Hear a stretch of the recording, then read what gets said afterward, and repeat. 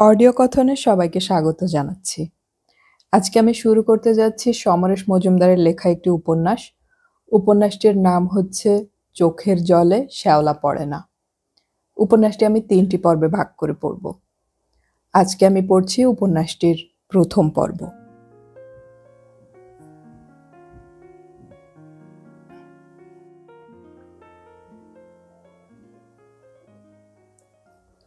ঘটনাটা ঘটেছিল কলেজে ঢোকার কিছুদিন পরে। একদিন ক্লাস করতে গিয়ে শুনতে পেল ক্লাস হবে না, ছুটি হয়ে গিয়েছে। দ্বিতীয় বর্ষের একটি ছাত্রী আত্মহত্যা করেছে। প্রেমিকের প্রত্যাখ্যান নাকি মেয়েটি সহ্য করতে পারেনি। এই খবর নিয়ে জটলা তৈরি হয়েছে কলেজ ক্যাম্পাসে। মেয়েটির জন্য সহানুভূতি দেখাচ্ছিল ওরা, কিন্তু তিতির বলল, এই মেয়েটা 1 নম্বরের গর্দভ, ওর জন্য আমার মনে একটুও সহানুভূতি আসছে না। রাত্রি ঘাড় নাড়ল। সত্যি, একটা ছেলে সম্পর্ক রাখতে চাইছে না বলে নিজেকে শেষ করে দিতে হবে? সামান্য আত্মমর্যাদা নেই? আমি তো বলবো এরকম মেয়ের বেঁচে থাকার কোনো অধিকার নেই। রাত্রি এবং তিতির সেই স্কুলের ক্লাস 1 থেকে একসঙ্গে পড়ছে। ওদের বন্ধুত্ব খুবই নিবিড়। মতান্তর প্রায়ই হয়, কিন্তু এই ব্যাপারে একমত ওরা। তিতির বলল, জোর করে সম্পর্ক রাখা যায় না। ছেলেটার হয়তো ওকে ভালো লাগছিল না, মেয়েটার এটা বোঝা উচিত ছিল। রাত্রি সিরিয়াস, এই জন্য প্রেম করা উচিত নয়। অন্তত বোকা নায়কের তো নয়। তিতির শুধরে দিল, আমার বাবা মাকে তো দেখছি 26 বছর আগে ওরা নাকি পছন্দ করে বিয়ে করেছিল। একটা কথা তাহলে বোঝা যায়, দুজনেই এজন্য আফসোস করছে। রাত্রি বলল, আমি জিজ্ঞাসা করেছিলাম, তোমাদের এত অমিল, তাহলে একসঙ্গে আছো কি করে? তিতির হেসেছিল। কি বলল তোর মা?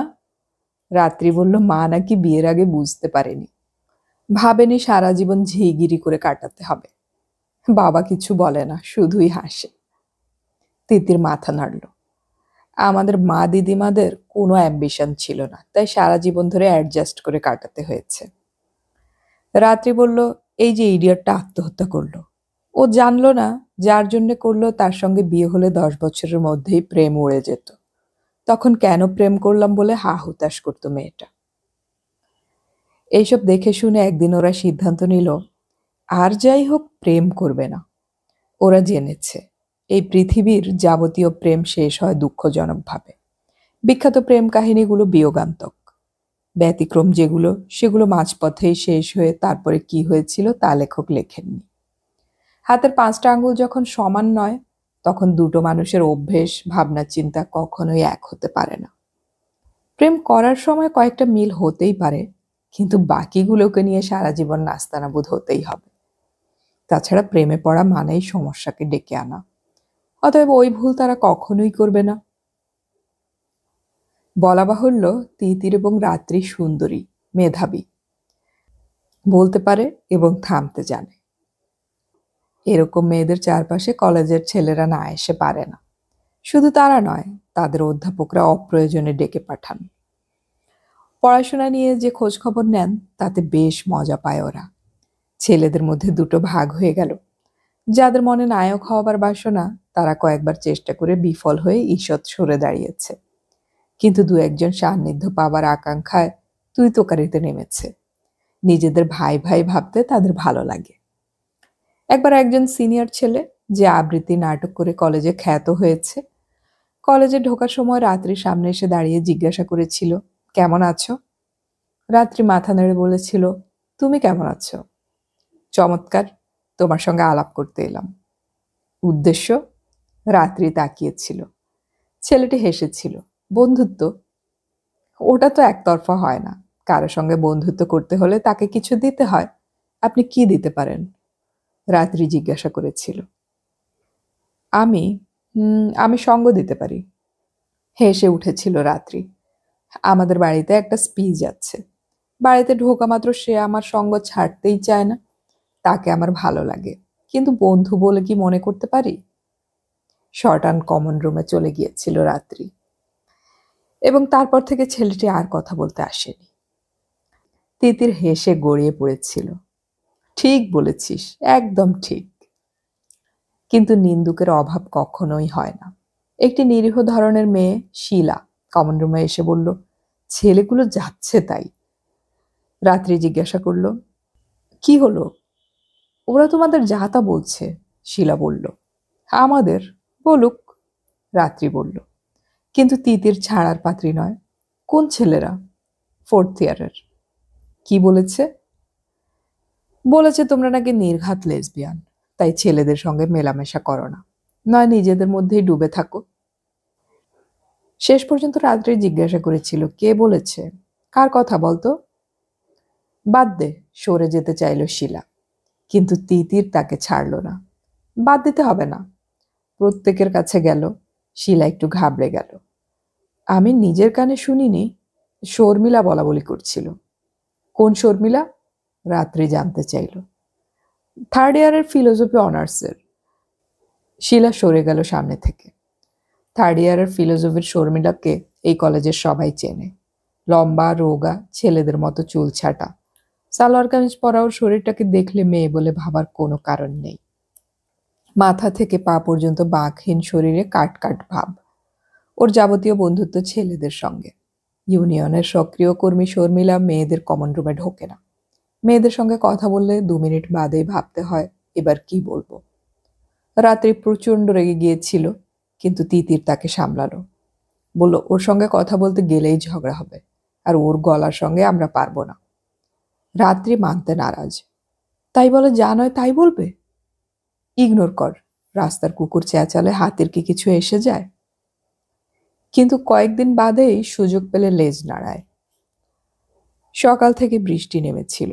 দুপুরে সেটা প্রবল হলো। কলকাতা ভাসছে কোমর জলে। আকাশের মুখ ভার। ছেলেরা সেই জলেই নেমে পড়েছে বাড়ি যাবে বলে। কোনো কোনো ছাত্র সাহসী হয়ে কলেজের গেট অব্দি গিয়ে ফিরে এলো ভিজে একসা হয়ে। বাইরে জল নাকি একটু বেশি। চাউর হয়ে গেল ট্রাম বাস বন্ধ। এরকম দিন বছরে 2-1 দিন আসে। রাত্রি তিতির এবং আরো কয়েকটি মেয়ে কমন রুমের সামনে সিঁড়ির মুখটায় দাঁড়িয়েছিল একটু নার্ভাস হয়েই। কি করে বাড়ি ফিরবে এটাই ওদের চিন্তা। এই সময় বলরাম এলো। কিরে, বাড়ি যাবি কি করে? রাত্রি বলল, তুই যেভাবে যাবি। আমি ছেলে, শার্ট প্যান্ট ভিজলেও ক্ষতি নেই। তাছাড়া 10 মিনিটেই বাড়ি পৌঁছে যাব। মুশকিল হবে তোদের, বলরাম বলল। 2-3টি ছেলে যারা ওদের সঙ্গে ভাইয়ের মতো মেশে, তাদের একজন এসেছে। বেঁটে কালো, মুখে হাসি। দেখলেই বোঝা যায় কোনো ইচ্ছে নেই। প্রথম আলাপেই বলেছিল, আমার নাম বলরাম। এরকম নাম আজকাল 2টো খুঁজে পাবি না। এই কলেজে পড়তে এসেছি কেন জানিস? আমার বাড়িতে সব কটা বেটা ছেলে, ঠাকুরদা থেকে বাড়ির ঠাকুর পর্যন্ত। মা মারা গিয়েছে আমার 3 বছর বয়সে। মামা, মাসি, কাকা, জ্যাঠা কেউ নেই। ফলে বাড়ি একেবারে মরুভূমি। এক ফোঁটা মেয়েলি গন্ধ নেই। ফলে আজ পর্যন্ত কোনো মেয়ের সঙ্গে বন্ধুত্ব দূরের কথা, কথাও বলা হয়নি। তাই এই কলেজে ভর্তি হয়েছি। এরকম সরল কথায় খুশি হয়েছিল ওরা। বলরাম ভাই হয়ে গিয়েছিল। তিতির বলেছিল, এক কাজ কর, নৌকো জোগাড় কর, তাতে চেপে তোর বাড়িতে গিয়ে আড্ডা মারি। সর্বনাশ! কেন? রাত্রি তাকালো। জেঠু, বাবা, কাকাটু, দাদা তোদের দেখলে হার্ট কেন করবে? আমাদের বাড়িতে আজ অবধি কোনো মেয়ে বাইরের ঘর পেরিয়ে ভেতরে ঢোকেনি। এমনকি ঠিকই ঝি পর্যন্ত রাখা হয়নি কখনো, বলরাম বলল। লোকগুলোকে এক্সিবিশন দেখানো উচিত। কথাটা ভেসে এলো পেছন থেকে। ওরা মুখ ঘুরিয়ে দেখল শর্মিলাকে। বলরামের দিকে তাকিয়ে সে শব্দগুলো বলেছে। ওর সঙ্গে আরো একটি ছেলে দাঁড়িয়ে। কেন? বলরাম একটু ক্ষুণ্ণ হয়েছিল। একটা বাড়িতে মেলে মেলে মেলবন্ধন সচরাচর দেখা যায় না। হঠাৎ রাত্রি জিজ্ঞাসা করলো, তোমার কি মনে হয় ওরা সবাই তা? এগিয়ে এলো শর্মিলা। সে কি, তোমার কেন মনে হচ্ছে আমার তাই মনে হবে? 2টি মেয়ের স্বাভাবিক বন্ধুত্ব দেখে যদি তার মন্তব্য করতে পারো ওরা এটা, তাহলে এক্ষেত্রেও তাই ভাবতে পারো। রাত্রি জবাব দিল। আমি আমি এই মন্তব্য করেছি? কার কাছে? কাদের সম্পর্কে? কি যা তা বলছো ভাই? শর্মিলা সত্যি সত্যি অবাক। রাত্রি তিতিরের দিকে তাকালো। তিতির বলল, তাহলে ধরে নিতে হবে দুজনের একজন মিথ্যেবাদী। কথাটা আমাদের দুজনের সম্পর্কে বলা। ঘনিষ্ঠতা যখন ওরকম নয়, তখন আপত্তি নিশ্চয়ই করতে পারি। অবশ্যই পারো, শর্মিলা বলল। যেই তোমাদের আমার সম্পর্কে এ কথা বলেছে সে মিথ্যে বলেছে। তোমরা নিশ্চয়ই জানো আমি মেয়েদের সঙ্গে খুব একটা আড্ডা মারি না। মেয়েদের সম্পর্কে কোনো মন্তব্য অযথা করতে যাব কেন? আমার রুচিতে বাধে। তাহলে শিলাকে তোমার সামনে নিয়ে যেতে পারি। রাত্রি বলল, স্বচ্ছন্দে। বলেই খেয়াল হলো, শিলা? কোন শিলা? সেকেন্ড ইয়ারের, খুব ঠান্ডা, চুপচাপ থাকে। হো, হেসে ফেলল শর্মিলা। বেচারা। বেচারা বলছো কেন? একদিন লাইব্রেরিতে একা ছিলাম, ও এসে পাশে বসে উসখুস করছিল। লক্ষ্য করে জিজ্ঞাসা করলাম, কিছু বলবে? ও খুব করুণ গলায় জিজ্ঞাসা করেছিল, তুমি তো মেয়েদের সঙ্গে মেশো না, আমার সঙ্গে বন্ধুত্ব করবে? আমি জিজ্ঞাসা করেছিলাম, কেন, তোমার বন্ধু নেই? ও মাথা নেড়েছিল, না, কোনো ছেলেও আমার সঙ্গে কথা বলে না। তোমার চেহারা তো মেয়েদের মতো নয়, তাই আমাদের বন্ধুত্ব হলে আমার খুব ভালো লাগবে। আমি বলেছিলাম, তুমি কলেজে এসেছো পড়াশোনা করতে, বন্ধু খুঁজতে নয়। আমাকে পড়তে দাও। হেসে মাথা নাড়ল শর্মিলা। মনে হয় এরপরেও বন্ধুর কাজটাই করেছে। পরের দিন শিলাকে ধরেছিল ওরা। শিলা স্বীকার করেছিল ওর সব সময় নিজেকে খুব একা মনে হয়। সে একাকিত্ব বেড়ে গেলে ও ভালো কিছু সহ্য করতে পারে না, খুব হিংসে হয়, সব নষ্ট করে দিতে ইচ্ছে করে। পার্ট 1 দেওয়ার পর রাত্রি টাইফয়েড হলো, প্রচণ্ড জ্বর, দুবেলা ডাক্তার আসছে। তিতির রোজ অনেকক্ষণ বান্ধবীর সঙ্গে কাটায়। অবশ্য তখন কথা বলার ক্ষমতা নেই ওর। ডাক্তার বলেছেন কোনো ভয় নেই, ওই রোগের ওটাই হওয়ার কথা। এতদিনের বান্ধবী অসুস্থ হওয়ায় খুব খারাপ লাগে তিতিরের। চতুর্থ দিনের বিকেলে রাত্রি কথা বলতে পারল। জানিস, আমি এবার একদম ন্যাড়া হয়ে যাব, মাথার চুল সব উঠে যাবে। চমকে উঠল তিতির। সে কি, কে বলল? সবাই জানে টাইফয়েড হলে মাথার চুল উঠে যায়। তিতির চট করে ভেবে পেল না তার জানাশোনা কারো টাইফয়েড হয়েছে কিনা। মেজো মামার মাথায় টাক আছে, অন্য মামাদের নেই। অনেকদিন আগে কথার ছলে বলেছিলেন অসুখে চুল উঠে গিয়েছে। অসুখটা কি তা নিয়ে কোনো কথা বলেননি। বাড়ি ফিরে মাকে জিজ্ঞাসা করলো তিতির। মাথা নাড়ল মা। মনে নেই রে। আজকাল মায়ের এই হয়েছে, পুরনো কিছু জিজ্ঞাসা করতেই ভেবে বলে মনে নেই। অতএব মেজো মামাকেই ফোন করলো সে। মেজো মামা ফোন ধরে হাসলেন। এই যে টিটির রানী, হঠাৎ মামার কথা মনে পড়ল? আমি তিতির, টিটির নই। কোথায় যেন পড়লাম তিতির পাখির ডাকটা নাকি টিটির টিটির। বুদ্ধদেব গুহকে জিজ্ঞাসা করতে হবে, মেজো মামা বললেন। মেজো মামার সঙ্গে কলকাতার অনেক ভিআইপির ভাব পরিচয় আছে, তিতির জানে। কিন্তু সেসবে না গিয়ে সে সরাসরি প্রশ্ন করল, আচ্ছা বলো তো, তোমাদের বংশে সবার এখনো এক মাথা চুল, শুধু তোমার অত বড় টাক কেন? টাক? লোকে বলে টাকা থাকলে টাক পড়ে। ওদের টাকা নেই, আমার আছে। আমি মরে গেলে যা থাকবে তা তুই পাবি। ওহ, রসিকতা নয়, সিরিয়াসলি বলো। আমার টাকা তো ইম্পর্টেন্ট হয়ে গেল কি করে রে?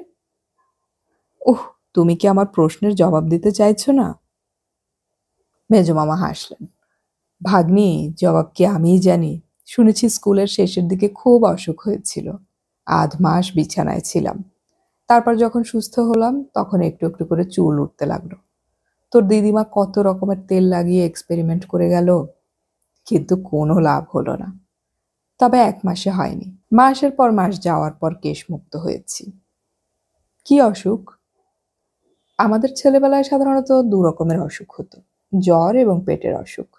আমার হয়েছিল জ্বর, বিপুল জ্বর। ডাক্তার সন্দেহ করেছিল নির্ঘাত নিউমোনিয়া, কিন্তু বুকে তেমন সর্দি না জমায় ভাবল ম্যালেরিয়া। কিন্তু তেমন কাঁপুনি না থাকায় সিদ্ধান্ত হলো ওটা কালাজ্বর। সে সময় কালাজ্বরের কথা কাগজে খুব লেখালেখি হতো। মেজো মামা বললেন, নিউমোনিয়া, ম্যালেরিয়া, কালাজ্বর, 3টাতেই খুব জ্বর আসে? খুব, প্রলাপ বকে, মাথায় জল ঢালতে হয়। তবে খুব বাচ্চা হলে তড়কাও হতে পারে, তাতেও জব্বর জ্বর আসে। খুশি হলো তিতির।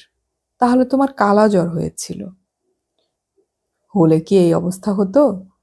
কালাজ্বরের ওষুধ বেরিয়ে গিয়েছিল তো। তাহলে কি হয়েছিল? হকচকিয়ে গেল তিতির। দেখ, ডাক্তাররা যখন কিছু খুঁজে পেত না তখন বলতো টাইফয়েড।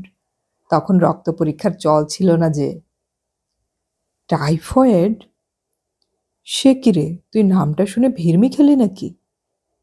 তোমার টাইফয়েড হয়েছিল? তাই তো বলেছিল। তারপরে? ধীরে ধীরে কালো কেতুর মতো টাক পড়ে গেল। ঝট করে রিসিভার রেখে দিয়ে কেঁদে ফেলল তিতির। এখন কি হবে? তার চোখের সামনে রাত্রি এসে দাঁড়ালো। হাঁটু অবধি যার চুল, তার মাথা সাহারা মরুভূমির মতো। একটিও গুল্ম নেই। চকচক করছে টাক। ফট করে মনে হবে অন্য গ্রহ থেকে এসেছে বুঝি। টাক মাথার মেয়েরা খুব হিংস্র হয়। যদি কখনো বিয়ে করে তবে সিঁদুর পরার জন্য কোনো সিঁথি থাকবে না। তবে একটা ভালো ব্যাপার আছে, টাকু ছেলেদের স্বচ্ছন্দে বিয়ে হয়। টাক মাথার মেয়েদের বর জোটে না। সারা জীবন পরাধীন থাকতে হবে না রাত্রিকে। দুশ্চিন্তায় ঘুমই এলো না তিতিরের। পরদিন বিকেল পর্যন্ত তর সইছিল না। কলেজ থেকে সাত তাড়াতাড়ি রাত্রির বাড়িতে হাজির হলো সে। রাত্রির মাকে মেজমামার কথাটা আড়ালে বলা দরকার। শুনলে রাত্রি খুব আপসেট হয়ে যাবে। গিয়ে দেখলো রাত্রির মায়ের সঙ্গে একটি বছর 28-এর যুবক কথা বলছে বাইরের ঘরে দাঁড়িয়ে। রাত্রির মা তাকে দেখে বলল, এসো, আজ জ্বর কমে গেছে অনেক। ওর কি সত্যি টাইফয়েড হয়েছে মাসিমা? তিতিরের গলা কাঁপল। হ্যাঁ, কি যে ভোগান্তি, রাত্রির মা বললেন। কিন্তু মাসিমা, আপনি এখনই ডাক্তারকে বলুন। যুবক তাকালো। কি ব্যাপার বলুন তো? আর চোখে তাকিয়ে তিতির বলল, খুব ডেলিকেট ব্যাপার, ওটা নিয়ে ডাক্তারের সঙ্গেই কথা বলা দরকার। রাত্রির মা বললেন, তোমার সঙ্গে তো ওর দেখা হয়নি, ও সুব্রত, আমার দিদির ননদের ভাসুরপো। ডাক্তার হিসেবে এই বয়সে খুবই নাম করেছে। ওর অসুখ হতে দিদি তো সুব্রতকে জোর করে পাঠালো। সুব্রত বলল, এখন নিশ্চয়ই আমাকে বলা যেতে পারে। খোঁচাটা গায়ে মাখল না তিতির। বলল, টাইফয়েড হতে মাথার চুল উঠে যায়, এরকম কিছু দৃষ্টান্ত আছে। মেয়েদের ক্ষেত্রে ব্যাপারটা খুবই দুঃখজনক। সময় থাকতে যদি কোনো ব্যবস্থা নেওয়া যায়, তাই বলছিলাম। সুব্রত হেসে ফেলল। অনেক ধন্যবাদ। আপনার উদ্বেগের কথা আমার মনে থাকবে। আপনার বান্ধবীটির একটিও যাতে চুল না ওঠে সেদিকে খেয়াল রাখব। রাত্রির মা হেসে ফেললেন। তুই ভেতরে যা মা। চোখ বন্ধ করে শুয়েছিল রাত্রি, মুখ এখন স্বাভাবিক নয়। তিতির ওর পাশে এসে বসে বলল, তোর ডাক্তারকে দেখলাম। চোখ খুলল না রাত্রি। ঠোঁটের কোণে একটু কি হাসি ফুটল। কি হলো? তিতির বিরক্ত। কি হবে? কিছু হয়নি। তোর মা আর ডাক্তার পেল না? দিদির ননদের ভাসুরের ছেলে। কোথায় থাকেন ভদ্রলোক? খুব রেগে গেছিস মনে হচ্ছে। এ পাড়াতেই থাকে। ও, বলে কিনা আপনার বান্ধবীর একটি চুলও যাতে না ওঠে সেদিকে খেয়াল রাখবো। ডাক্তাররা এরকম ভাষায় কথা বলে নাকি? তুই কিন্তু ভাবিস না তোর মাথার চুল আমি উঠতে দেব না। কি করলি? স্কিন স্পেশালিস্টের সঙ্গে কথা বলবো। স্কিনেই তো চুল গজায়। এখন কত আধুনিক টনিক বেরিয়েছে। ভদ্রলোককে তোর চুল পাহারা দিতে হবে না, তিতির বলল। অমন করে বলিস না, সুব্রতদা খুব ভালো মানুষ, রাত্রি বলল। সুব্রতদা? তিতির তাকালো। তোর দাদা হলো কবে? কতদিন চিনিস? বিশ্বাস করা, আগে চিনতাম না। একই পাড়াতে থাকি অথচ কেউ কাউকে চিনি না। আমি তো পাড়া বেড়ানো মেয়ে নই। অসুখ হয়েছে শুনে বড় মাসি ফোনে মাকে বলতে ওকে ডাকা হলো। কেন, তোদের কোনো ফ্যামিলি ফিজিশিয়ান লোক ছিল না? ছিলেন, বঙ্কু জেঠু, ডক্টর বঙ্কিম মিত্র। আর এই ডাক্তার আসা মাত্র তুই তাকে দাদা বলতে ডাকতে আরম্ভ করলি? হ্যাট, তোকে বললাম। ওকে দাদা বলবো কেন? মাথার পাশ থেকে একটা মোটা বই বের করলো রাত্রি। এই দেখ, আমাকে গিফট দিয়েছে। বইটি দেখল তিতির। Arabian Knights. যত বিখ্যাত বই হোক না কেন, তিতির শুনেছে ওই বইয়ে আরবের বাদশাদের হারেমের বেগমদের কেচ্ছা ছাপা আছে। বোঝা যাচ্ছে ডাক্তার রাত্রিকে প্রভোগ করার জন্য বইটি দিয়েছে। আর এমন হাদা মেয়ে সেটা না বুঝে গদগদ ভঙ্গিতে তাকে বইটি দেখতে দিয়েছে। গম্ভীর মুখে পাতা খুলল তিতির। 50 পাতায় ইংরেজিতে লেখা, রাত্রির জন্য আরব্য রাত্রি, সুব্রত মুখার্জি। বইয়ের দাম দেখে চোখ বড় হলো তিতিরের। সে বই রেখে জিজ্ঞাসা করল, তোর এই ডাক্তারের দক্ষিণা কত? বাড়িতে গেলে 300 নেয়, মায়ের কাছ থেকে 100-র বেশি নিতে চাইছে না। চেনা জানার মধ্যে বলে কিছু নিতেই চাইছিল না। ১০০ কবার এসেছে? ৪-৫ বার। ২ বার তো খেয়াল নেই, জ্বরে বেহুঁশ ছিলাম। ৫ বার মানে ৫০০ নিয়েছে। হ্যাঁ, কেন? কারণ কিছুই নেয়নি। এই বইয়ের দাম তার চেয়ে বেশি। কোনো ডাক্তার রোগী দেখে যা পাচ্ছে তার চেয়ে বেশি পকেট থেকে খরচ করে বলে তুই কখনো শুনেছিস? করলে বুঝতে হবে নির্ঘাত ধান্দা আছে, তিতির বলল। ওমা তাই? বেশ অবাক হওয়ার কথা রাত্রির, কিন্তু ততটা হলো না। ম্যারেড না আনম্যারেড? না, আনম্যারেড। মা জিজ্ঞাসা করেছিল। রাত্রি বলল। তিতিরের মনে হলো বলার সময় রাত্রির মুখ যেন আদুরে আদুরে দেখালো। ৩ দিন রাত্রির বাড়িতে যায়নি তিতির, ফোনও করেনি। কেবলই মনে হচ্ছিল তার এতদিনের বন্ধু বিশ্বাসঘাতকতা করেছে। প্রেম না করার সিদ্ধান্ত থেকে সরে এসেছে রাত্রি। ওর কথা বলার ধরন, মুখের অভিব্যক্তি থেকেই সেটা সেদিন বুঝতে পেরেছিল সে। ৪র্থ দিনে রাত্রির ফোন এলো। হঠাৎ ডুব মারলি? একটু ব্যস্ত আছি। আমি অসুস্থ হয়ে বাড়িতে পড়ে আছি আর তুই কিসে ব্যস্ত?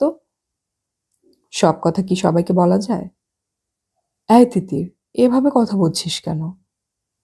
কিভাবে বলবো? তোর চুলের গার্জিয়ানকে জিজ্ঞেস করগে। উহ, তুই এখনো ক্ষেপে আছিস?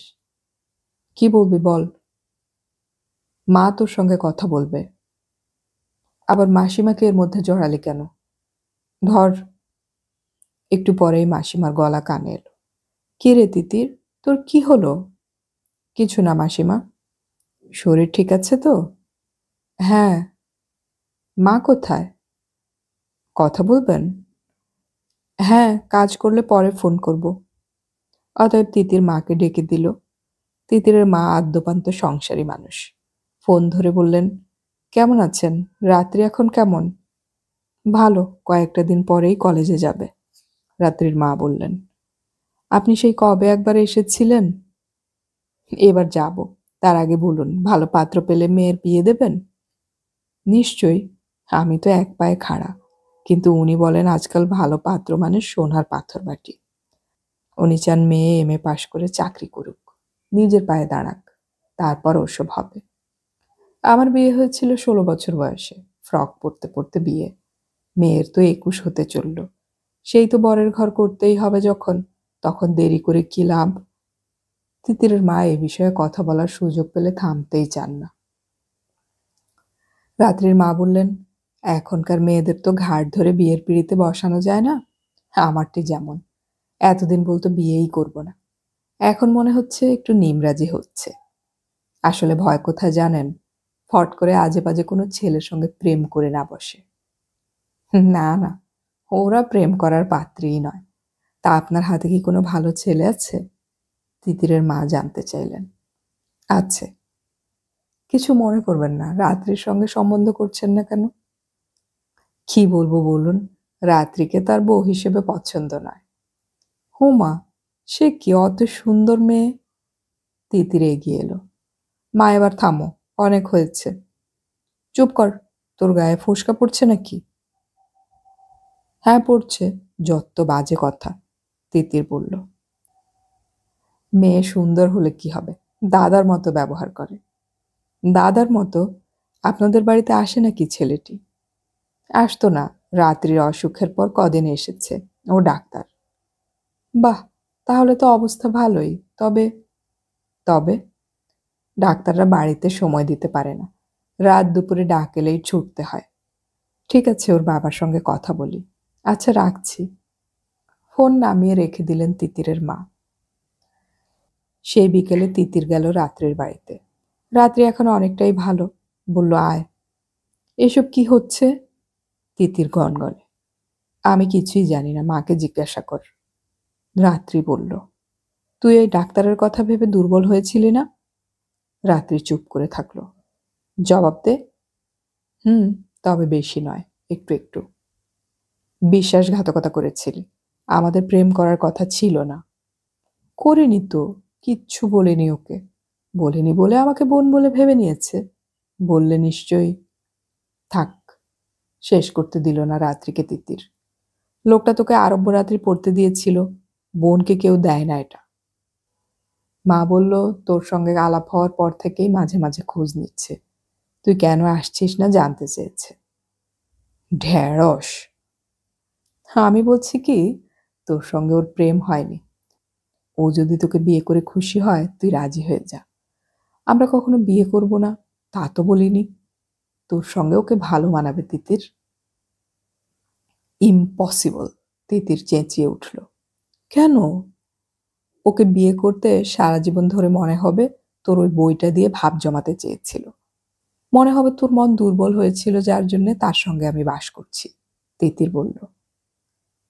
সিরিয়াসলি বলছিস? হুম। তিতির মাথা নাড়ল। তাছাড়া ডাক্তার আমার পছন্দ নয়। কেন?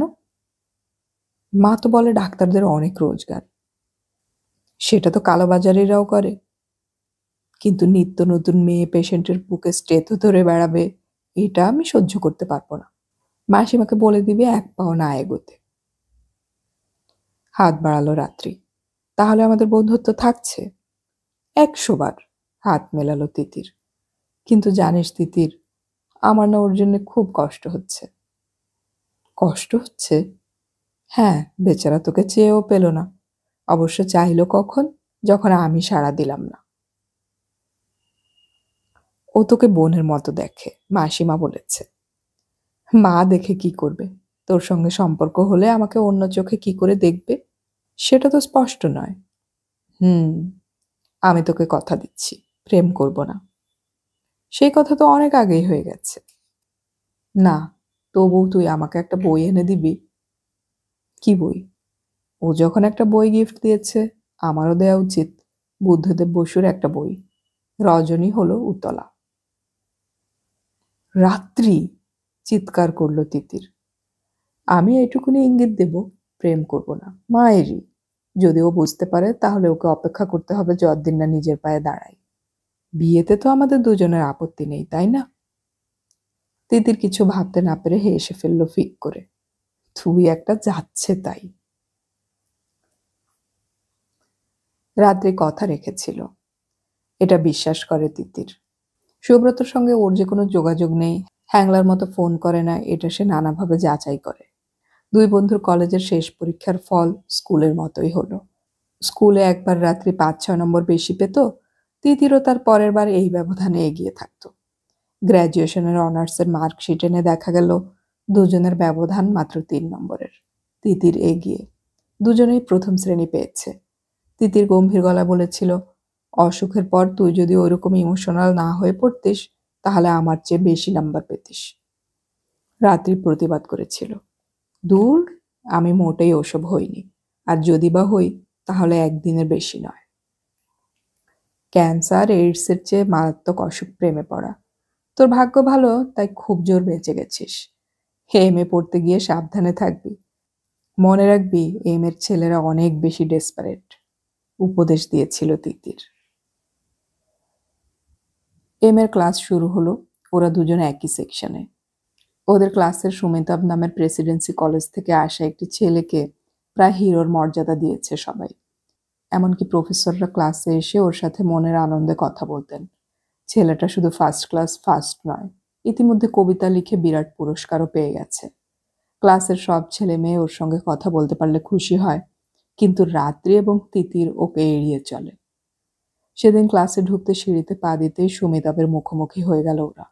সুমিতাভ হেসে বলল, কি আশ্চর্য ব্যাপার দেখো, আমরা একসাথে পড়ি, একই ক্লাসরুমে সময় কাটে, আর আমাদের মধ্যে আলাপ পরিচয় হলো না। আমি সুমিতাভ সেন, তোমরা? আমি তিতির এবং ও রাত্রি। তিতির কি? কি মানে? নিতান্ত বাধ্য না হলে আমরা পদবি ব্যবহার করি না। আমাদের মনে হয় নামই মানুষের বড় পরিচয়, পদবি নয়। বাহ, খুব সোজা কথা, কিন্তু পরীক্ষার ফর্ম ভর্তি করার সময়? ওটাই তো বললাম, নিতান্ত বাধ্য হলে করতেই হয়। সুমিতাভ তার ঝোলা থেকে একটা বই বের করে বলল, তোমাদের সঙ্গে কথা বলে খুব ভালো কাটলো।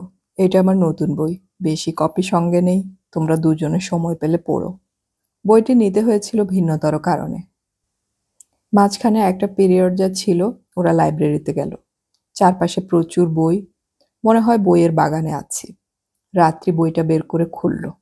সূচিপত্র দেখে কবিতার নামগুলো পড়তেই তিতির নিচু গলায় বলল, তুই কবিতা পড়বি নাকি এখানে বসে? বইটা দিল তাই দেখছি। ভূমিকা থাকলে সেটাই পড়, তাহলেই বইটা পড়া হয়ে যাবে। শুনলে খুব দুঃখ পাবে ও। পাতা উল্টাতে উল্টাতে বলল রাত্রি। তারপর ভূমিকার পাতায় চলে এলো। কাম ঝড়ের মতো, ভেঙে দুমড়ে মচকেও তার তৃপ্তি নেই। সে এলে একা আসে না।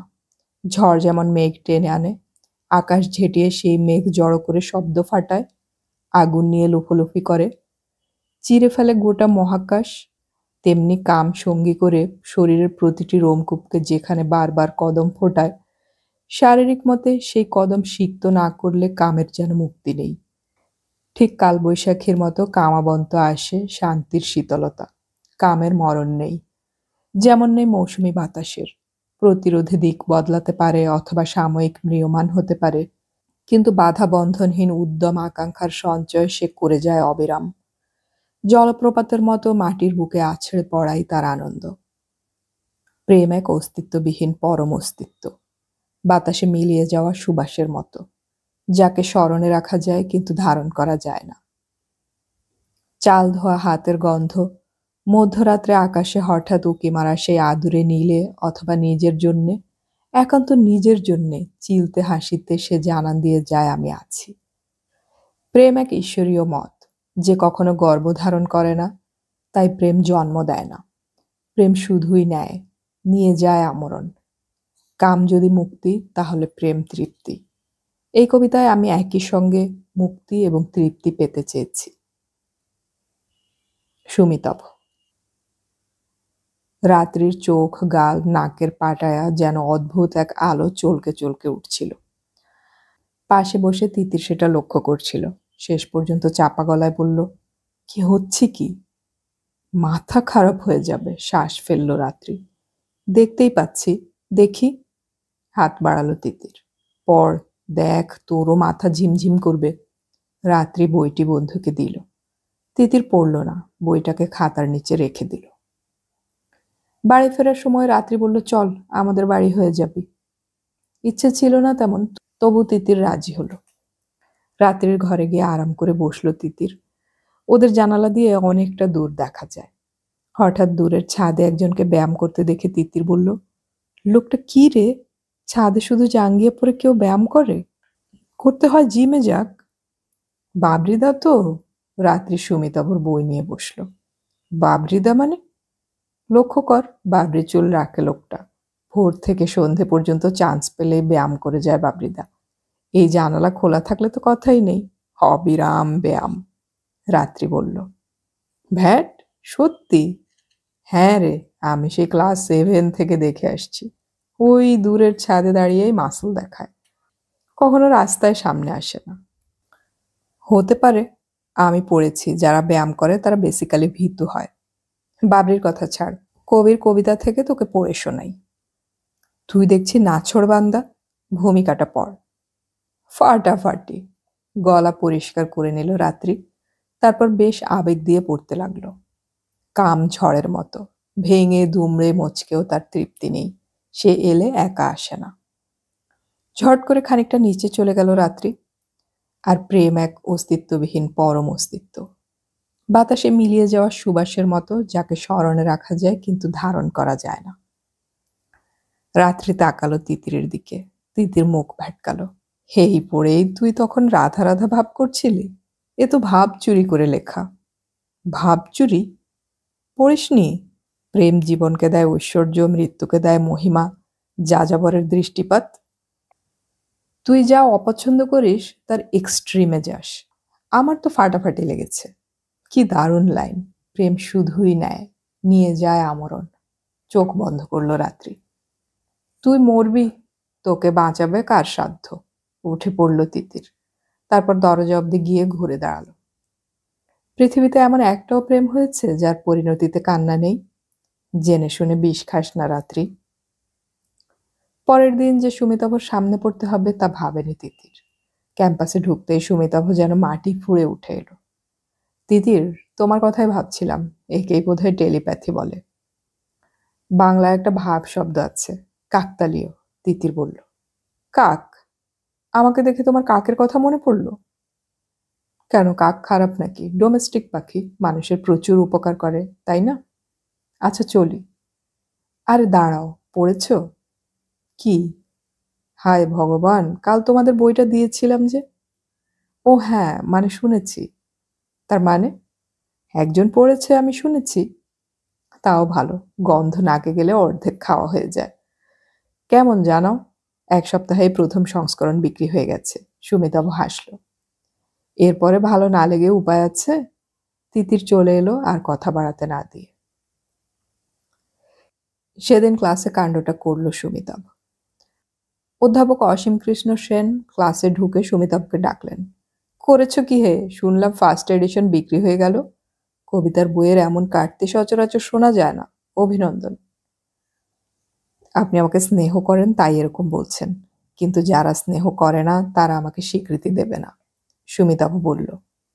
স্নেহের সঙ্গে স্বীকৃতির কোনো সম্পর্ক নেই। 1-8 জন পাঠকের ভুল হতে পারে, কিন্তু 1000 পাঠকের নিশ্চয়ই একই ভুল হবে না। তোমার লেখা নিজের যোগ্যতায় স্বীকৃতি পায়, স্নেহের দরকার নেই। বেশ জোরের সঙ্গে কথাগুলো বললেন অসীম কৃষ্ণ সেন। তাহলে বলবো গেয় যোগী যে ভিক পায় না, এই কথাটা মোটেই ভুল নয়। সুমিতাভ শ্বাস ফেলল শব্দ করে। মনে হচ্ছে কোনো কিছুতে তুমি আঘাত পেয়েছ? হ্যাঁ, উদাসীনতায়। যদি কারো উদাসীনতায় তুমি আঘাত পেয়ে থাকো তাহলে বলবো তুমি হয়তো জানো না সেই উদাসীনতা সত্যি কিনা। সঙ্গে সঙ্গে ক্লাসের কেউ কেউ জিজ্ঞেস করলো, কে কে সেই উদাসীন? তিতির চুপচাপ সংলাপগুলো শুনে যাচ্ছিল। যতক্ষণ তার দিকে সুমিতাভ আঙ্গুল তুলছে না ততক্ষণ নীরব থাকাই যুক্তিযুক্ত বলে মনে হয়েছিল ওর। অধ্যাপক অসীম কৃষ্ণ ঠিক সময়ে প্রসঙ্গ ঘুরিয়ে পড়ার মধ্যে চলে যাওয়ায় তিতির স্বস্তি পেল। তার মনে হচ্ছিল এই সুমিতাভ ছেলেটি অত্যন্ত চালাক। হয়তো তার নামও বলতো না, কিন্তু ক্লাসের ছেলেমেয়েদেরকে ভালোভাবে বুঝিয়ে দিত কাকে ও উদাসীন বলেছে। পাশে বসে রাত্রি চাপা গলায় বলল, কার কথা বলল রে? তোর কথা, বিরক্ত হয়ে বলল তিতির। কখনো কখনো অত্যন্ত বুদ্ধিমতী মেয়েও বোকামি করে বসে। ক্লাস শেষ হতেই রাত্রি এগিয়ে গেল সুমিতাভর কাছে। খুব ভুল করেছ, আমার মধ্যে এত উদাসীনতা কি করে দেখলে? তোমার? সুমিতাভ অবাক। যত ঘুরিয়েই বলো, বুঝতে অসুবিধা হয়নি। কাল কবিতার বইটা দিয়েছ? হ্যাঁ, আমার উচিত ছিল আজ এসেই কবিতাগুলো সম্পর্কে অভিমত দেওয়া। সেটা দিইনি বলে উদাসীন ভাবলে কেন? সুমিতাভ হাসল। থ্যাংক ইউ, এতক্ষণে মন হালকা হলো। আমি ভাবলাম কবিতাগুলো এত খারাপ লেগেছে যে আমাকে বলতে পারছো না, উদাসীন মুখ করে থেকেছ। এখন বুঝছি তোমার নামকরণ সার্থক। তার মানে? রাত্রি দুলতে লাগলো। রাত্রি তো সবসময় রহস্যময়, অমাবস্যায় যেমন পূর্ণিমায়ও তেমন। বাড়ি ফেরার সময় তিতির বলল, তাহলে রাত্রি শেষ পর্যন্ত তুই চুক্তি ভঙ্গ করলি? আমি? কিরকম? আমাদের মধ্যে শর্ত ছিল কেউ প্রেম করব না। নিজের পায়ে দাঁড়াবার পর যদি ভালো ছেলে পাই তাহলে বিয়ে করব। তোর তো ধৈর্যই নেই, তুই শেষ পর্যন্ত সুমিতাভর প্রেমে পড়লি। খুব বিষণ্ণ গলায় বলল তিতির। তোর ধারণা ভুল, মাথা নাড়ল রাত্রি। ভুল? ক্লাসের সবাই দেখেছে। আর দেখবে না, আমি ওর সঙ্গে আর কথাই বলবো না। ওর লেখা কোনো কবিতা নিজের পায়ে দাঁড়াবার আগে পড়ব না, রাত্রি সজোরে ঘোষণা করল। সত্যি? 3 সত্যি। কিন্তু তখন পড়বি কেন? হাসল রাত্রি। দেখ, জীবনে অনেকের সঙ্গে আলাপ হচ্ছে, কাউকে একটু পছন্দও হচ্ছে, কিন্তু প্রেম করব না বলে তার সঙ্গে যোগাযোগ রাখছি না। তাই যখন বিয়ে করার কথা ভাববো তখন এদের নামগুলো ভাববো। তখন যাকে সবচেয়ে ভালো লাগবে তাকেই বিয়ে করব। বিয়ে উইদাউট প্রেম। সে তো 4-5 বছর পরের কথা।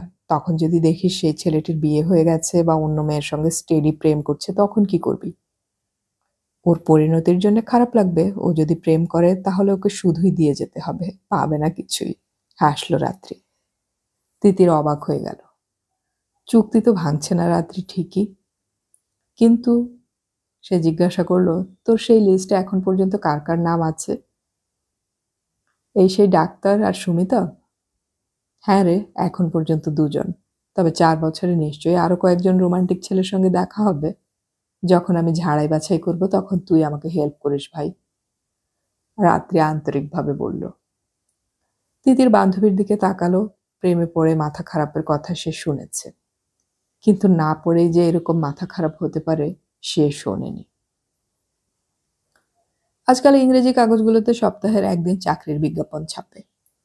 বেশিরভাগ বিজ্ঞাপনে যেটা থাকে ওয়াক ইন ইন্টারভিউ।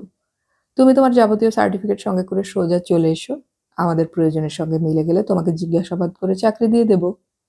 অর্থাৎ দরখাস্ত পাঠিয়ে অপেক্ষা করতে হবে না। সেই দরখাস্তের পরে যোগ্যতা যাচাই করে ইন্টারভিউ লেটার পাঠানো হবে না। এ একেবারে হাতে হাতে হয়ে যাবে। গ্র্যাজুয়েশনের পরে তিতির আর রাত্রি এই বিজ্ঞাপনগুলো লক্ষ্য করতে শুরু করলো। বেশিরভাগ বিজ্ঞাপন থাকে কল সেন্টারের। যোগ্যতা গ্র্যাজুয়েট এবং ইংরেজিতে কথা বলার ক্ষমতা। খোঁজ খবর করে নিয়ে জানতে পারলো চাকরির সময় রাত্রে 10টা নাগাদ অফিসের গাড়ি এসে বাড়ি থেকে নিয়ে যাবে।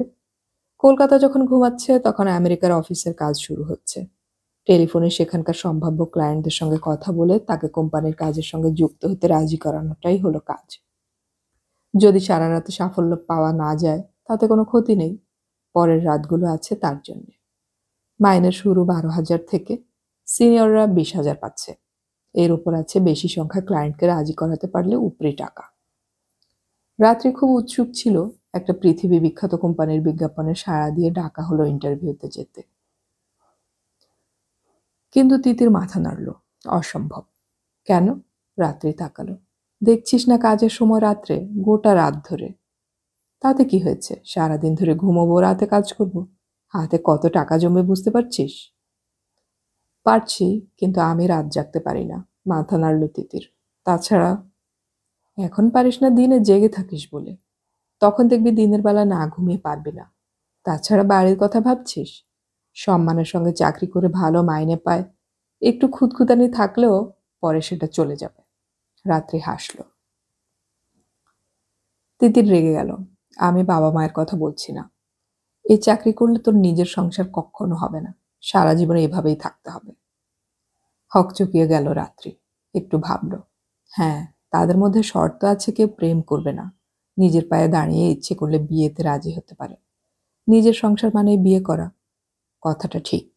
স্বামী দিনের বেলা চাকরি করবে আর বউ রাত্রে চাকরি করতে যাবে, এভাবে কোনো সংসার চলতে পারে না। কোনো স্বামী তা মেনে নেবে না। ব্যাপারটা ভাবতে রাত্রির মনে যেয়ে দিল। আমি একমত নেই। আমি যাকে বিয়ে করব তাকে বলবো রাতের চাকরি খুঁজে নিতে। দুজনেই যদি রাতে চাকরি করি তাহলে কোনো অসুবিধে নেই। সারাদিন ধরে সংসার করব।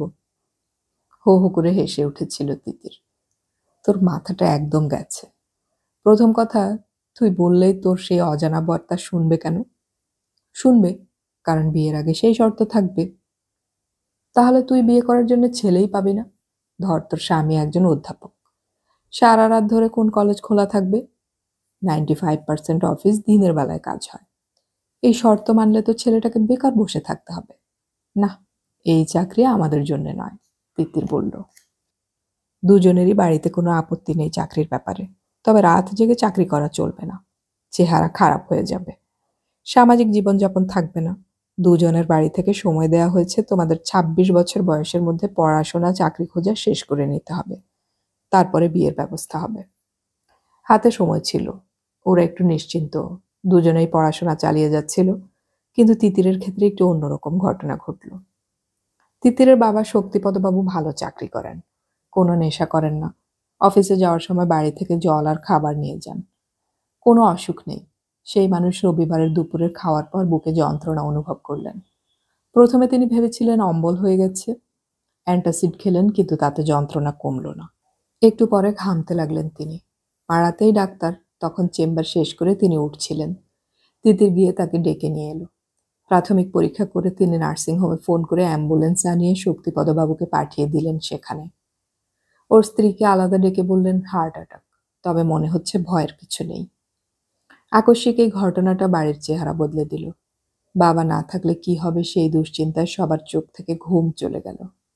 সব সময় বাড়ির আবহাওয়া যেন থমথমে আছে। দিন 4 বাদে শক্তিবাবু ফিরে এলেন বাড়িতে। শোনা গেল মাইল্ড হার্ট অ্যাটাক হয়েছিল, কিন্তু ভবিষ্যতে হওয়ার আশঙ্কা থেকেই যাচ্ছে। অনেকগুলো খাবার তার জন্য নিষিদ্ধ হয়ে গেল। কয়েকদিন বাদে তিনি অফিসে যেতে পারেন, কিন্তু এখন থেকে তাকে ওষুধ খেয়ে যেতে হবে। একজন স্বাভাবিক মানুষ যিনি এ বাড়ির অভিভাবক, তার মনে মৃত্যু ভয় ঢুকলেই একটু একটু করে কুঁকড়ে যাচ্ছেন। চোখের ওপর দেখল তিতির। শুধু বাবা নয়, তার মাও এখন সবসময় ভয়ে ভয়ে থাকেন। যে মা টিভি সিরিয়াল না দেখে থাকতে পারতো না, তিনি এখন টিভিতে হাতই দেন না। তিতির চেষ্টা করে সবাইকে চাঙ্গা করতে। রাত্রি খোঁজ খবর নিয়ে এসে জানায় দুবার হার্ট অ্যাটাক হওয়ার পরও কত লোক দিব্যি বেঁচে আছে। বাইপাস হয়েছে 14 বছর আগে, কিন্তু কোনো সমস্যা নেই। এমনকি 30 বছর আগে পেসমেকার বসা মানুষগুলো দুবেলা সাঁতার কাটছেন। খবরগুলো শুনে মা বাবার মুখের চেহারা একটু বদলালেও আবহাওয়ার তেমন কোনো পরিবর্তন হলো না। শক্তিপদবাবুর অসুস্থতার সময় থেকে আত্মীয় স্বজনদের এ বাড়িতে আসা যাওয়া বেড়েছিল। যারা বছরে 2-1 টেলিফোনে নববর্ষ বিজয়া সারতেন, তারা ওদের বিপদে আসা কর্তব্য বলে মনে করলেন, এবং তার পরিণতিতে মাসখানেক বাদে শক্তিপদবাবু অফিসে বেরিয়ে গেলে মা তিতিরকে বললেন, এদিকে আয়, কথা আছে। কোনো সমুদ্রের ধারে বাবাকে নিয়ে ঘুরে আসার কথা ডাক্তারবাবু বলেছিলেন। তিতির ভাবল সেই বিষয়ে মা কথা বলবে। বলো। তিতির খাটের ওপর বসে থাকা মায়ের কাছে গেল। বোঝা একবার ওরকম হওয়ার পর যেমন অনেকে বহু বছর বেঁচে থাকেন, তেমনি খুব তাড়াতাড়ি দ্বিতীয়বার হওয়ায় বাঁচেনি এমন লোকের সংখ্যাও নাকি কম নেই। এত করে বোঝাচ্ছি, তবু ওর একই কথা, আমি চলে গেলে তোমাদের কি হবে? প্রথম কথা, বাবা অনেক বছর বাঁচবে। দ্বিতীয় কথা, আমি তার অনেক আগেই চাকরি পেয়ে যাব। ঠিক আছে, আমি বাবাকে বুঝিয়ে বলবো। বলতে কি আমি বাকি রেখেছি? ওর এখন একমাত্র বাসনা তোর বরকে দেখে যাবেন। আমাকে বলে গেলেন তোর সঙ্গে কথা বলতে। আমার বর? আঁতকে উঠল তিতির। বিয়ে না হলে কেউ বর হবে কিভাবে? আহা, তোর তো কাউকে পছন্দ হয়নি, আমরাই খুঁজে বের করি। মা, তুমি জানো আমি নিজের পায়ে না দাঁড়াবার আগে বিয়ে করব না। যখন বলেছিলে তখন কি আমি আপত্তি করেছিলাম? তিতির ঠোঁট কামড়ালো। এখন পরিস্থিতি বদলে গেছে, তোর বাবা অস্থির হয়ে পড়েছেন। ডাক্তার বলেছেন টেনশন একদম না করতে। এই টেনশনের জন্য আবার হার্ট অ্যাটাক না হয়। মাথা নাড়ল মা। আমি যে কি করি? বাবা যদি এখন অবুঝের মতো বায়না করে তাহলে মেনে নিতে হবে। বেশ, মেনে নিস না, মেনে নেওয়ার ভান কর। মা হাসল। সেটা কিরকম? তিতির অবাক হলো। এখন তুই না বলবি না, পাত্রকে দেখার পর বলবি পছন্দ হয়নি। আমি তখন তোর বাবাকে বলবো অপছন্দের ছেলের সঙ্গে বিয়ে দিও না। বেশ, যা ভালো বোঝো করো। আমি কিন্তু এখন হ্যাঁ বলবো না। সেই বিকেলে রাত্রির সঙ্গে দেখা হলে সমস্যাটা জানালো তিতির। শুনে লাফিয়ে উঠল রাত্রি। গ্র্যান্ড? তার মানে? হকচকিয়ে গেল তিতির। এখন থেকে আমরা প্রত্যেক সপ্তাহে একটা করে ছেলে দেখতে যাব। ভালো ভালো খাবার খাবো, কিন্তু কোনো বাড়িতে নয়, দামি রেস্টুরেন্টে। এবং পরে খবর দেব বলে চলে আসব। পাত্রপক্ষ যেমন মেয়ে দেখতে এসে পেট পুরে খেয়ে যাওয়ার সময় বলে যায়, ঠিক তেমনি। রাত্রি উত্তেজিত। তিতির অখুশি হলো। তুই ব্যাপারটার সিরিয়াসনেস বুঝতে পারছিস না। বেশ পারছি, কিন্তু ভাবছি মাসিমা প্রতি সপ্তাহে একজন পাত্রের সন্ধান কি করে দেবেন। অবশ্য কাগজে বিজ্ঞাপন দিলে প্রচুর পাবলিক দরখাস্ত পাঠাবে। তুই চুপ করে থাক, দেখবি কিরকম মজা হয়। রাত্রি হাসল। রাত্রি যেটাকে মজা হওয়া বলছে সেটা একদম পছন্দ নয় তিতিরের। কোনো দিনই রাত্রি একটু সিরিয়াস হলো না। সবসময় বাইরের আনন্দের জন্য মুখিয়ে থাকে। 7 দিন পরে মা বলল, শোন, রাত্রিকে ফোন করে বল 4টের মধ্যে এখানে আসতে। কেন? আজ তোদের একটা জায়গায় যেতে হবে। মা গম্ভীর। কি ব্যাপার বলো তো? তোমার বাবার অফিসের সহকর্মীর ভাইপো, চার্টার্ড অ্যাকাউন্টেন্ট, ব্যাংকের বড় অফিসার। ওরা তোমাকে দেখতে বাড়িতে আসতে চেয়েছিল। তোমার তো আবার না কুচু, এতকাল তো লোকে বাড়িতে এসেই মেয়ে দেখেছে।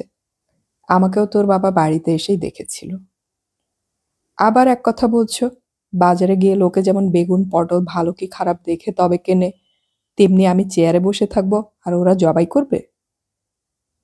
মা, 21 শতাব্দীতে এসব চলবে না। তিতির ঝাঁঝিয়ে উঠল।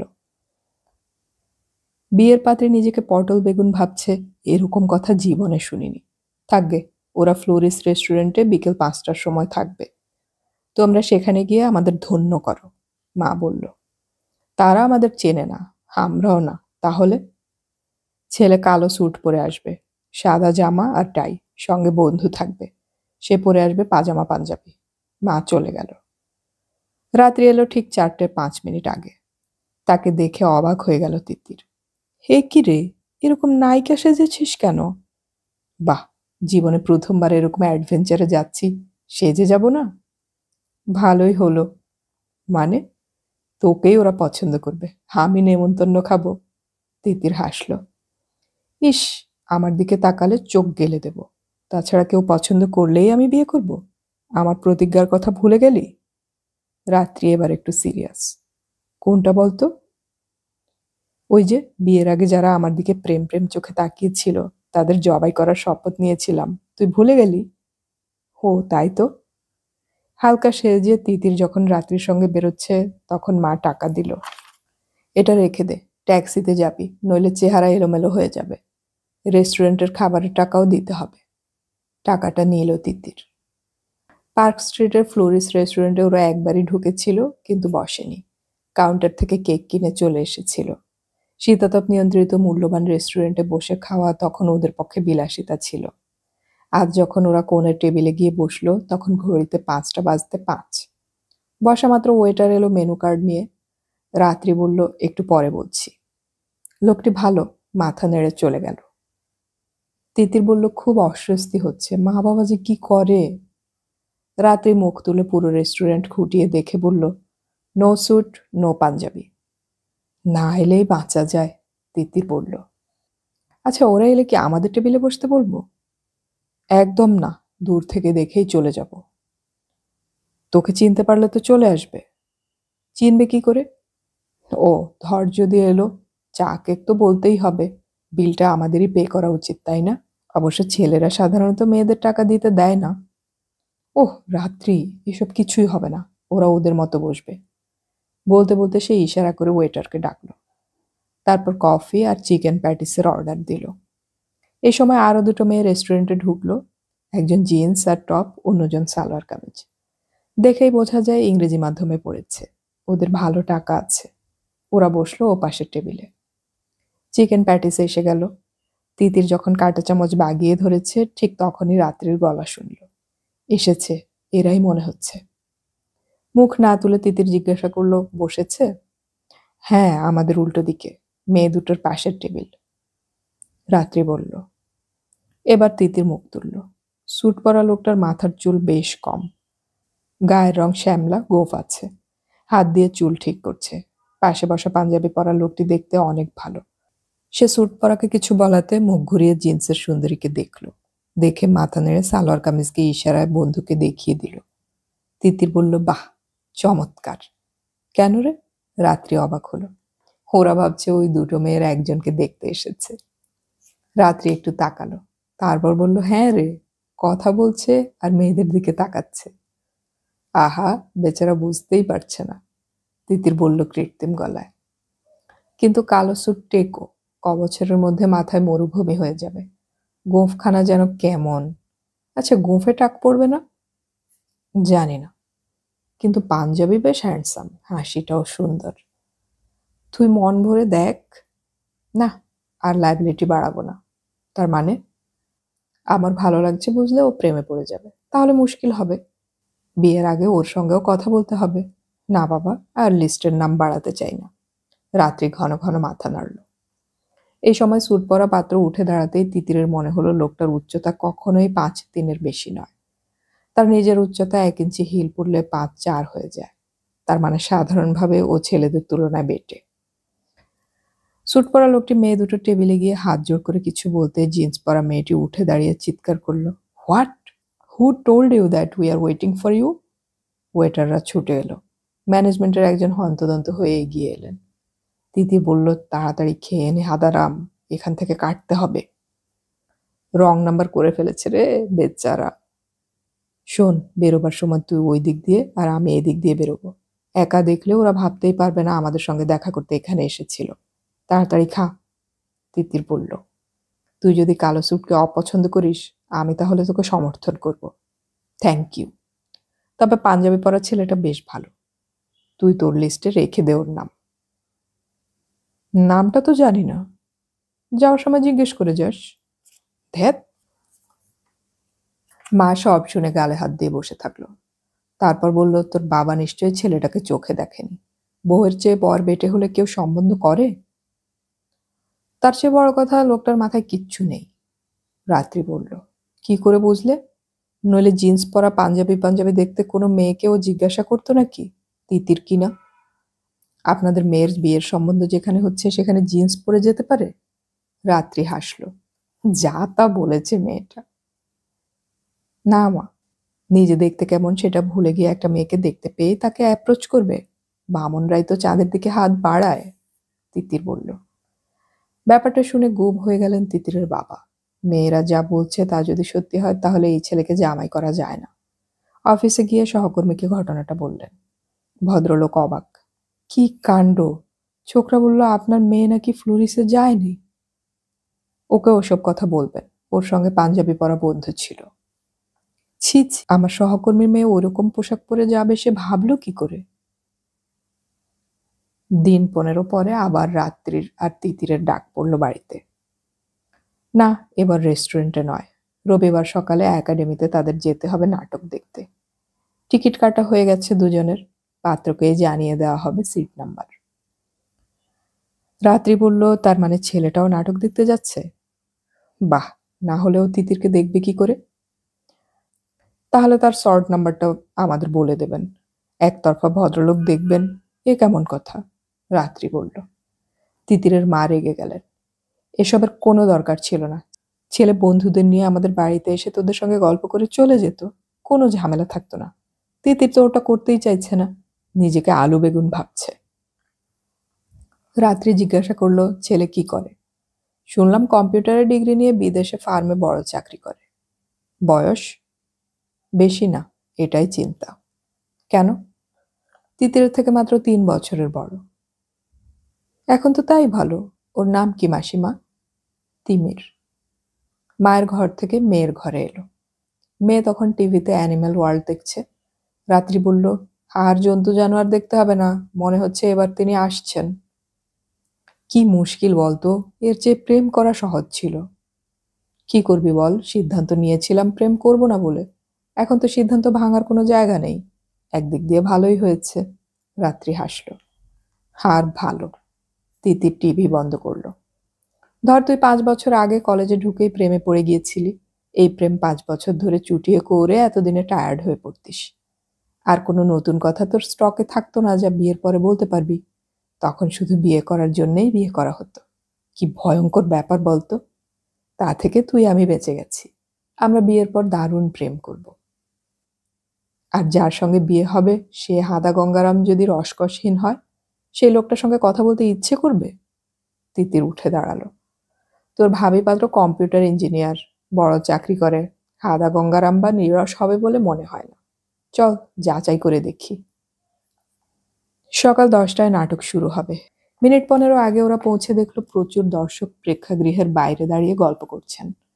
এদের চেহারা পোশাক দেখলেই বোঝা যায় শিক্ষিত, কথাবার্তায় স্পষ্ট, নিয়মিত নাটক দেখেন। এই ভিড়ের মধ্যেই হয়তো সেই তিমির নামের যুবক দাঁড়িয়ে আছে যার আসনের নাম্বার হলো C11। প্রেক্ষাগৃহে ঢুকে B18, 19 নাম্বার আসনে বসে তিতির বলল, এই টিকিট কেটেছে কে, কে জানে? রাত্রি বলল, নিশ্চয়ই ওরা এমনভাবে কেটেছে যাতে আমরা সামনে থাকি। তাহলে ওরা পেছন থেকে আমাদের দেখতে পাবে, অথচ আমাদের দেখতে হবে ঘাড় ঘুরিয়ে। আমাদের পেছনের সারি হলো C11 নম্বর আসনটার দিকে একবার তাকা। তিতিরের কথায় রাত্রি তাকালো। খুঁজে দেখলো 11 নম্বর আসনটি তখনও খালি রয়েছে। দ্বিতীয় ঘন্টা বেজে গেলে দর্শকরা ভেতরে আসছেন এক এক করে। নাটক শুরুর আগে ঘন্টা বাজলো। অন্ধকার হয়ে গেল। তিতির ঘাড় ঘুরিয়ে দেখার চেষ্টা করলো। পেছনের সারিতে দর্শক ভর্তি। 11 নম্বর আসনটি কোথায় বুঝতে পারল না। নাটকটি খুবই ভালো, কিন্তু মন স্থির হচ্ছিল না কিছুতেই। কেবলই মনে হচ্ছিল সে একটা খাঁচার মধ্যে বসে আছে, আর যে দেখার সে তাকে দেখে যাচ্ছে। ইন্টারভাল হওয়া মাত্র সে ঝটপট উঠে বাইরের দিকে এগিয়ে গেল। রাত্রি প্রথমে বুঝতে পারেনি, পরে সামনে গিয়ে কাছে এলো। বাইরে বেরিয়ে রাত্রি জিজ্ঞাসা করলো, ওইভাবে চলে এলি যে? যদি অন্ধকারে ঢুকে থাকে তাহলে আলো জ্বললেই তো দেখতে পাবে। দেখুক না। বাহ, একতরফা দেখবে? তিতির বলল, কি আহ্লাদ। দর্শকদের অনেকেই বেরিয়ে এসেছিল সিগারেট, চা, কফি খেতে। হঠাৎ একটি যুবক এগিয়ে এলো ওদের সামনে। এসে দুহাত যুক্ত করে বলল, নমস্কার। আপনাদের মধ্যে একজন তিতির আর একজন রাত্রি। ভুল করছি না তো? রাত্রি দ্রুত মাথা নাড়ল। না, না। বেশ, আমার খুব খারাপ লাগছে কারণ পুরো নাটকটা আমি দেখতে পারছি না। আজ সকালে আমার মা খুব অসুস্থ হয়েছেন। ভেবেছিলাম আপনাদের জানিয়ে দেব প্রোগ্রাম ক্যান্সেল করে। কিন্তু মা-ই জোর করে আমাকে পাঠালেন। কিন্তু মন দিতে পারছি না। ডাক্তার নিশ্চয়ই এর মধ্যে এসে গেছেন। তাই আপনাদের কাছে ক্ষমা চেয়ে আমি চলে যাচ্ছি। নমস্কার। তিমির কথা শেষ করে বড় বড় পা ফেলে চলে গেল। কয়েক সেকেন্ড দুই বন্ধু কোনো কথা বলতে পারল না। শেষ পর্যন্ত তিতির বলল, চল বাড়ি যাই। নাটক দেখবি না? না, যে জন্যে এসেছিলাম সেটা তো হয়েই গেল। রাত্রির নাটকটা দেখার ইচ্ছে থাকা সত্ত্বেও সেটা নিয়ে কথা বলল না। হাঁটতে হাঁটতে বলল, ভদ্রলোক বিনয়ী, হ্যান্ডসাম। বোঝাই যাচ্ছে মাকে খুব ভালোবাসে। তিতির হাঁটতে হাঁটতে বলল, হুম। আজ ছুটির দিন। বাড়িতে ঢোকা মাত্র বাবার সঙ্গে দেখা হয়ে গেল। বাইরের ঘরে ইজি চেয়ারে চুপচাপ আধশোয়া হয়ে রয়েছেন। ওদের এই সময় দেখে একটু অবাক হলেন তিনি। এ কি, এত তাড়াতাড়ি নাটক শেষ হয়ে গেল? আমরা পুরোটা দেখিনি, তিতির নিচু গলায় বলল। This is bad. ভালো না লাগলেও পুরো সময়টা থাকা ভদ্রতা। বাবা মুখ ঘোরালেন। মনে হচ্ছিল ওরা যে অন্য উদ্দেশ্যে নাটক দেখতে গিয়েছিল তা ওর জানা নেই, আর টিকিট উনিই কেটে এনেছিলেন। ভেতরে ঢুকে রাত্রি বলল, মেসোমশাই তিমিরদার ব্যাপারে কিছু জিজ্ঞাসা করলো না, দেখলি? সে কি রে, এর মধ্যে তুই ওর বোন হয়ে গেছিস? না, মানে একটা কিছু বলে ডাকতে হবে তো। তোরা নাটক দেখতে যাসনি? মা এসে দাঁড়ালো। ইন্টারভ্যাল পর্যন্ত দেখেছি। তিমিরের দেখা পেয়েছিলি? হুম। কথা হয়েছে নাকি? কি করে হবে? রাত্রি বলল, ভদ্রলোকের মা খুব অসুস্থ। নাটক দেখার মতো মনের অবস্থা ছিল না। মা জোর করায় আসতে বাধ্য হয়েছিলেন। ওই ইন্টারভ্যাল পর্যন্ত দেখেই বাড়ি ফিরে গেছেন। অবশ্য যাওয়ার আগে খুব ভদ্রতা করে আমাদের জানিয়ে গেছেন। হুমা, কি হয়েছে ওর মায়ের? তা তো জানি না, আমাদেরকে বলেননি। আশ্চর্য, শুনে জিজ্ঞাসা করবি তো। আমাদের উচিত একটু খোঁজ নেওয়া। মা যাওয়ার জন্য পা বাড়িয়ে আবার ঘুরে দাঁড়ালো।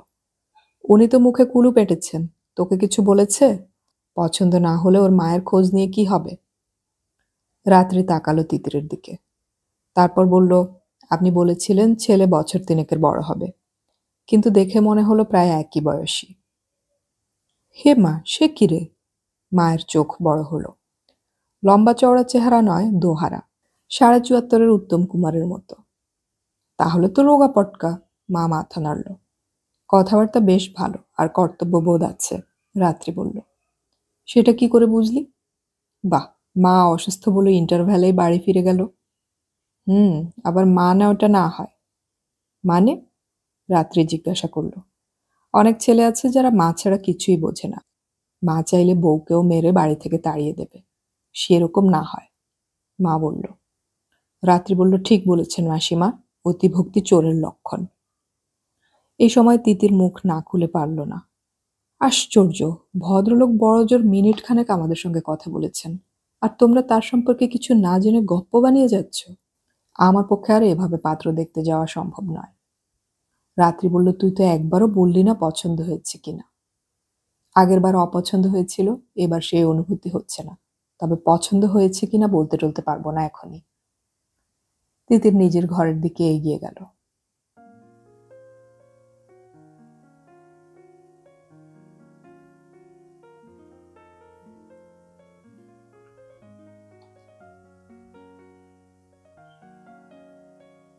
এতক্ষণ আমি পড়ে শোনালাম সমরেশ মজুমদারের লেখা উপন্যাস চোখের জলে শ্যাওলা পড়ে না এর প্রথম পর্ব।